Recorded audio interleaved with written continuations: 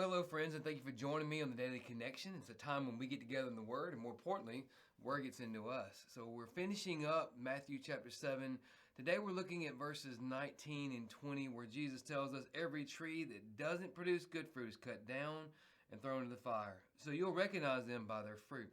So obviously we should recognize verse 20 because it's pretty much a repetition of what he said earlier in verse 16 with the identification of these the false prophets or the ones who come to us in sheep's clothing, but inwardly they're ravenous wolves by their fruit. Now, I've been thinking through this, and maybe you're thinking the same thing. We can all probably come up with an example of one who projects himself or herself as a one who preaches the true gospel or preaches the full word of God. And yet we know by listening, maybe observing, maybe reading some of their writings, that nothing could be further from the truth, that they're actually wolves in sheep's clothing, that they're deceiving their followers by seemingly presenting an orthodox faith, but when in reality, they're not doctrinally sound at all. There's heresy mixed subtly into their teaching. And if I look at that, sadly, they're typically the ones who have the biggest following. They get the primetime positions on public television. They get the most following on their Instagram pages, or their tweets go out, or things of that nature on social media. The ones who are immediately interviewed if something happens on a global scale or national scale, they bring them in to want to interview them to get a spiritual perspective to what's going on in the political or social realm or whatever like that. And I look at that and I say, but God, why are you allowing that? Because clearly their fruit is not the fruit of righteousness. Their fruit is the fruit of self and the flesh and unrighteousness. And it's drawing more and more people to get, well, God, why aren't you doing something there? And that's why today's verses are so important, because it's a reminder that inevitably God has and will act in response to those that do not bear good fruit. That's what the idea is here. Every tree that doesn't produce good fruit is cut down and thrown into the fire. That's an obvious reference to judgment. And although it may not be coming as swift as we would want it to come, it will come. And it will be complete, and in the sense of that final judgment, that place of hell that was created for the devil and his angels, for these who have misled, have presented false teaching, heresy, they have not produced good fruit. So that really would be, though, anyone outside of Christ, there will come that time of judgment. Peter states this in a similar way, but with a little more firm affirmation, if you will, in 2 Peter chapter 2.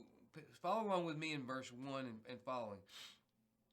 There were indeed false prophets among the people, just as there will be false prophets among you.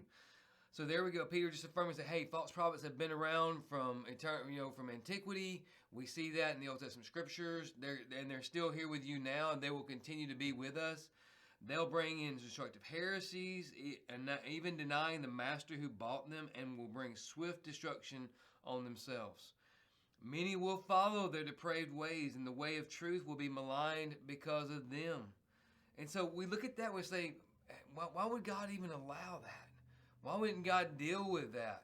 Well, verse 3 says he has and he will.